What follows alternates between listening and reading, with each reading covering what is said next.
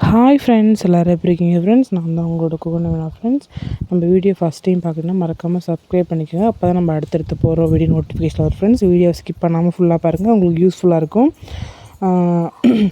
கோழிங்களை பொறுத்தளவுக்கு ஒரு சில கோழி 2-3 டைம் முட்டை விட்டு நல்லா குஞ்சு பொரிச்சிருக்கும். அப்புறம் பார்த்திங்கன்னா கோழி நல்லா வெயிட்டாக தெரியும், ஆனால் முட்டை விடாது ஃப்ரெண்ட்ஸ்.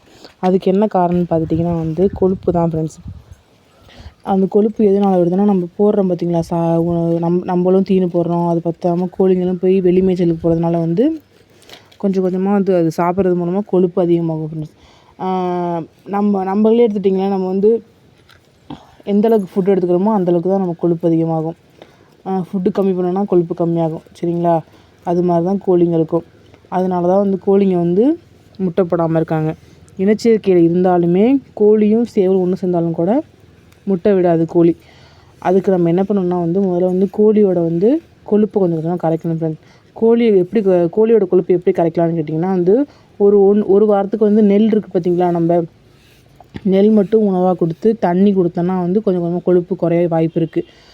அப்போ நம்ம வெளி மேய்ச்சலுக்கு கோழியை வெளில விடக்கூடாது. வெளி மேய்ச்சலுக்கு விட்டோன்னு வச்சுக்கிங்களேன், அந்த கொழுப்பு கம்மியாக சான்ஸ் கிடையாது. அதனால் ஒரு வாரத்துக்கு தனியாக ஏதாவது ஒரு ரூமில் போட்டு அடைச்சி வச்சுட்டு அது கோழிங்களுக்கு வெது வெதுப்பான தண்ணி கொடுக்கணும். அதே மாதிரி இதுன்னா அதுக்கு சாப்பாடாக நெல் மட்டும்தான் கொடுக்கணும் ஃப்ரெண்ட்ஸ்.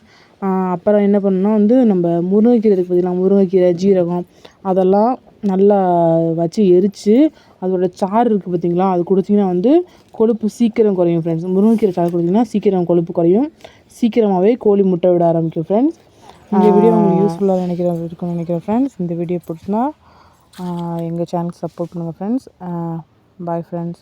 இதே மாதிரி வேறு ஏதாவது தகவல் வேணுன்னா மறக்காமல் கமெண்ட் பண்ணுங்கள். பாய்.